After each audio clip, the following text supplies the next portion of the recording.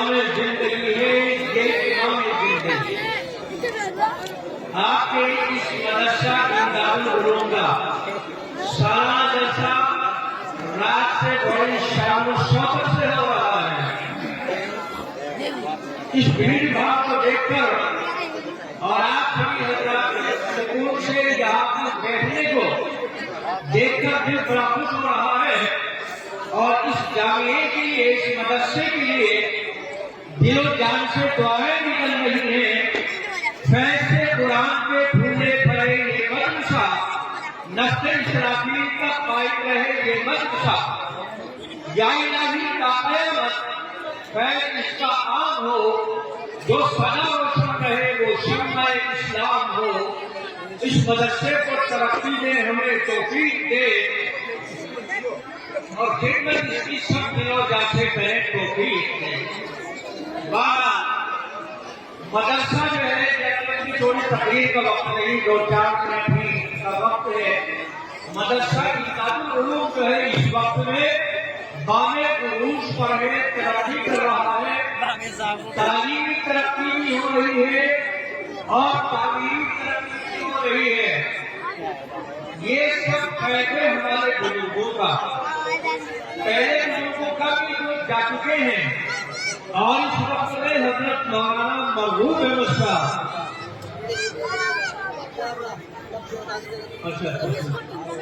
حضرت مولانا مرحوم احمد صاحب کا بھی فیض ہے، ان کی دعاؤں کا ثمرہ ہے، اور اس کے ساتھ ساتھ میں یہ بھی کہوں گا کہ اس ترقی کا سبب جو امداد العلوم کی ترقی ہو رہی ہے تعلیمی اور تعلیمی، اس میں حضرت مولانا مفتی محمد عامر صاحب کا بھی نظر ہے، اور ان کے ساتھ ساتھ جو مدرسے کے مدرسین ہیں ان کا بھی نظر ہے۔ ماشاءاللہ خوب ترقی ہو رہی ہے، بہترین تعلیم ہو رہی ہے، اور بھائیوں آپ حضرات مدرسے کا خوب تعاون جو کر رہے ہیں نا، وہ اسی لیے کر رہے ہیں کہ مدرسے میں تعلیم ہو رہی ہے۔ اللہ تبارک و تعالیٰ کے مدرسے کو ترقیات سے مالامال فرمائے۔ یہ مدرسے کے لیے چندہ دے رہے ہیں، اور یہ رومال لیے ہوئے پھر رہے ہیں کہ حضرات مدرسے کا تعاون کریں، آپ سب حضرات ان کے رومال میں کچھ نہ کچھ ضرور ڈال دیں۔ اس رومال کو ڈھکو، یہ وہی سنت ہے جو حضرت علامہ نقر اللہ وقتہ دعا سے پہلے کہ یہاں رومال بچھاتے اس میں سب ڈالتے، تو یہ رومال بجائے بچھانے کے ڈھونڈ رہا ہے، اس رومال میں ہر آدمی کچھ نہ کچھ ڈالنے کی کوشش کرے۔ بہرحال تقریر کا تو وقت نہیں ہے، ماشاءاللہ اللہ سبحانہ و تعالیٰ کے خزانے میں 2 چیزیں بے مثال، اور وہ دونوں چیزیں اللہ سبحانہ و تعالیٰ نے ہمیں اور آپ کو اور اس امت کو عطا فرمائے۔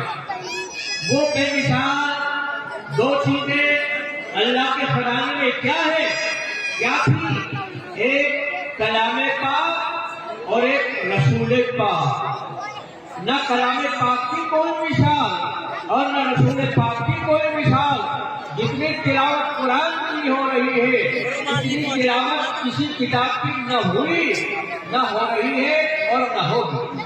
قرآن اذانوں میں گونج رہا ہے، نمازوں میں دمک رہا ہے، یاد اللہ کی تنہائیوں میں مہک رہا ہے۔ یہ قرآن عابدوں کا اوڑھنا ہے، زاہدوں کا لباس ہے، فقیروں کا توشہ ہے، درویشوں کی لتا ہے، عالموں کی نگاہ ہے، فقیروں کی روشنی ہے، جو اللہ نے ہمیں اور آپ کو دیا، اور ان بچوں کے سینوں کے اندر وہ قرآن موجود ہے۔ اس وطن کو اللہ سبحانہ و تعالیٰ نے ان کے سینوں کے اندر بھر دیا ہے قرآن، اپنا کلام، جس کے بدن کو نہ زمین اٹھا سکی، نہ آسمان، نہ پہاڑ۔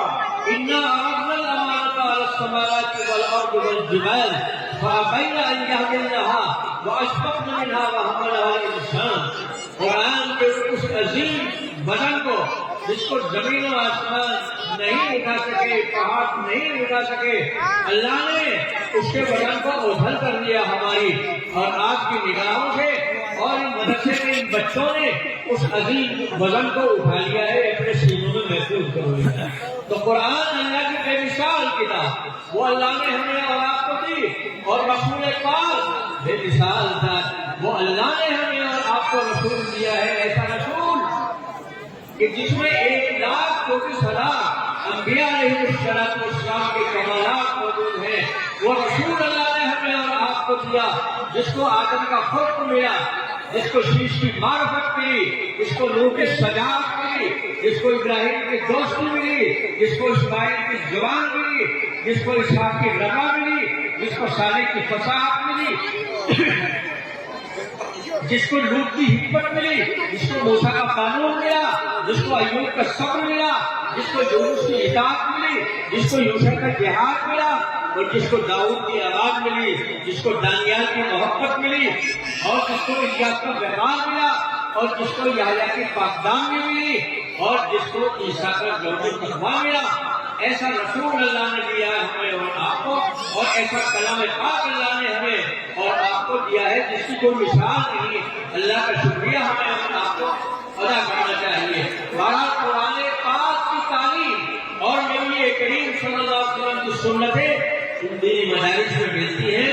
حضرت علامہ فرمایا کرتے تھے کہ یہ دینی مدارس جو ہیں دین کی حفاظت کے قلعے ہیں۔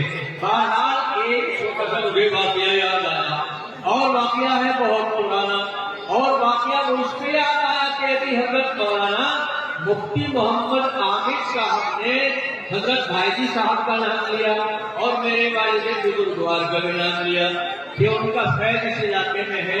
واقعی صحیح بات ہے کہ ان دونوں حضرات نے، حضرت بھائی صاحب نے اور حضرت میرے والد صاحب مرحوم نے، اس مدرسے کو مل جل کر قائم کیا ہے۔